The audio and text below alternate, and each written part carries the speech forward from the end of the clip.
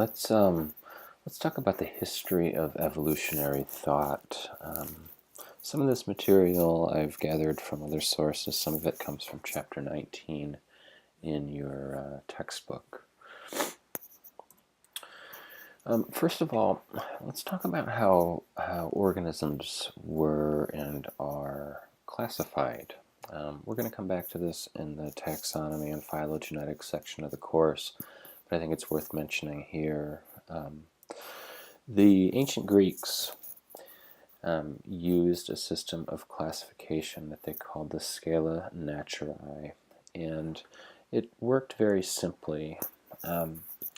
They organized things, as you can see here on the bottom, inanimate objects, things that humans made, less complex things, in other words. And they built more complex things up on this ladder. This natural order of things was such that as organisms increased in complexity, they gradually reached toward this idea of perfection that these folks saw humans. You can see humans there are on the top of the scale. This is generally this way of classification assumes sort of everything is static and unchanging. The rungs of this ladder didn't move. The organisms on this ladder did not ever increase in complexity. In fact, they didn't change at all. Everything was perfect and permanent. And then came Linnaeus. We still use Linnaean classification. Unlike the Greeks in the Scala Naturae, Linnaean classification is nested. In other words, he grouped like with like. He was a botanist by training. He was a religious man, as most people were back then, and his legacy is important, and he influenced Darwin. He, as I mentioned, developed binomial nomenclature, and so this is where you see the genus and species, for example, Homo sapiens, Tyrannosaurus rex, and so on. Linnaeus did not ascribe resemblances among similar organisms to relatedness. Rather, he based it on this pattern of creation. We still use Linnaean classification. He's still important, and he influenced Darwin. That's why I'm talking about him here. Now, what you see here is a very famous sketch from Darwin's Notebook B, depicting the branching system of descent with modification, which Darwin realized could explain the relationship between different species in the same class or family. The most ancient forms in this diagram are at the bottom, and their descendants branch off irregularly. The lines with a crossed end are existing species or lineages, and those without represent extinct species. You can see up here at the top, he writes, "I think." So this was the very beginning of this way of thinking that we now call Darwinian thinking or tree thinking. Now, I'm not going to entertain a debate on creation versus evolution in this course, but I do think it's important to understand the historical barriers to evolutionary thinking, and religion was certainly one of them and continues to be one. But another one that is commonly brought up is this idea of complex structures. For example, many creationists will say that something as complex as the human eye could not have possibly evolved randomly from nothing. And furthermore, 5% of an eye, they might say, is useless. Now let's take the last part of this statement. 5% of an eye is not useless. We will see, for example, in the phylum Platyhelminthes, the flatworms, that they have very simple pigment spots that allow them to simply sense light versus dark. And that's certainly useful to a semi-aquatic organism who doesn't want to dry out, right? The first part of the statement is true. Something as complex as the human eye could not possibly have evolved randomly from nothing. The idea is just silly. Okay? I do want you to watch the Richard Dawkins video on the evolution of the eye that's in the same folder as this video link. And you will see him lay out very nicely the idea that the eye did not start from nothing, that the human eye didn't just appear out of thin air. It was, in fact, a series of stepwise changes that resulted in small selective advantages at each stage. So take a look at that video. We can talk about it in class.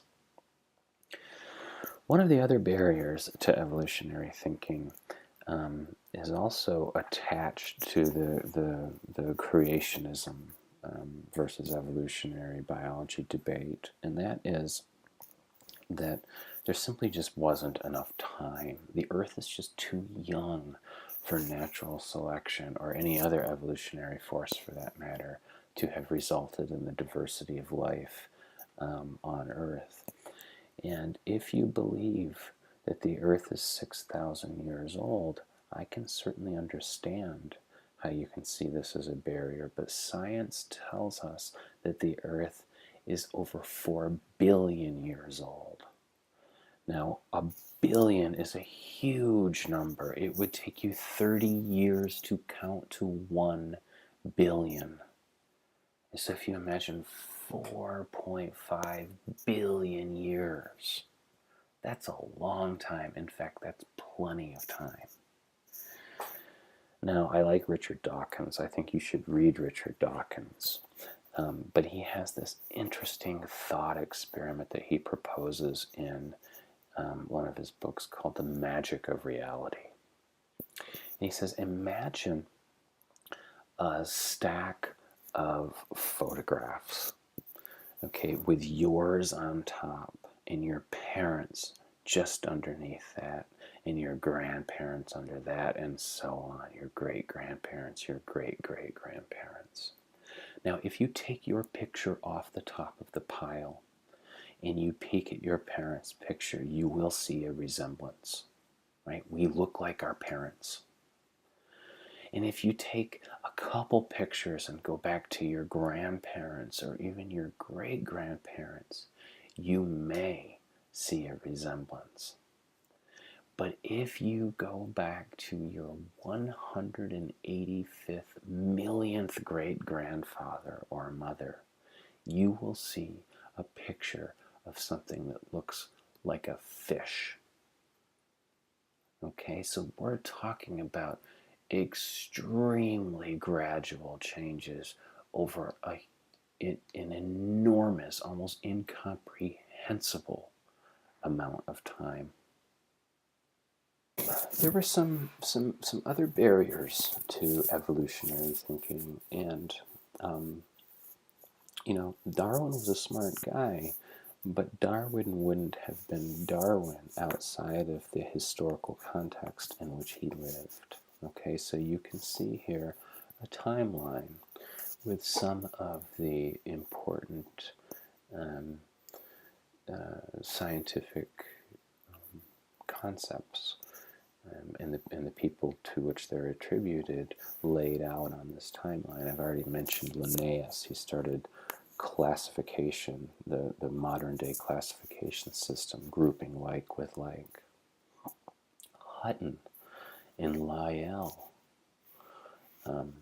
were geologists. And Hutton, for example, wrote a book discussing the gradual geologic change. Now, prior to Hutton, people believed that the Earth it was as it always had been. In other words, the mountains that were there were always there, the continents had always been in the same place, and so on. Hutton changed that, and Darwin read Hutton. Okay, we'll get to Lamarck in a little bit because he had some kind of interesting ideas. Malthus influenced Darwin greatly. Malthus talked about the struggle for existence. He talked about population limits in humans, overcrowding in cities, for example. He talked about winners and losers. Cuvier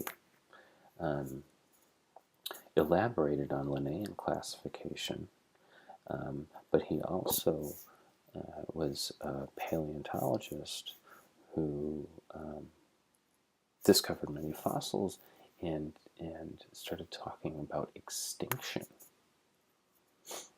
Now, prior to this time, again, people thought that life was static, and everything that is currently living on Earth had always been here. Okay. Now, Lyell, the father of modern geology, was also important.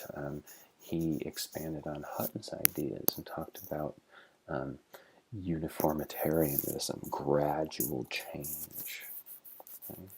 Now, Darwin was reading all of these folks, and they influenced all of his thinking. He, in fact, brought the principles of geology with him on his trip around the world. Okay, so let's back up a little bit and talk about Lamarck. Okay, Lamarck is known for this idea of inheritance of acquired characteristics, and this seems a bit wacky. Here at the bottom of the screen, we see these giraffes stretching their necks, or this giraffe rather, stretching its neck and stretching until it finally is able to reach the leaves on a high tree. And his idea was that these traits that were acquired during one animal's or plant's life was passed on to its ancestors. Now, the reason I say that this is wacky is because one of the predictions might be that if you cut the tail off of a cat or a dog, its offspring should be born tailless, and we know that's not the case. Now, all this led to Darwin. In the next video, I would like to talk a little bit about Darwin's life, and then we will elaborate on some of his ideas. And in class, we will spend some time talking about evidence for his ideas.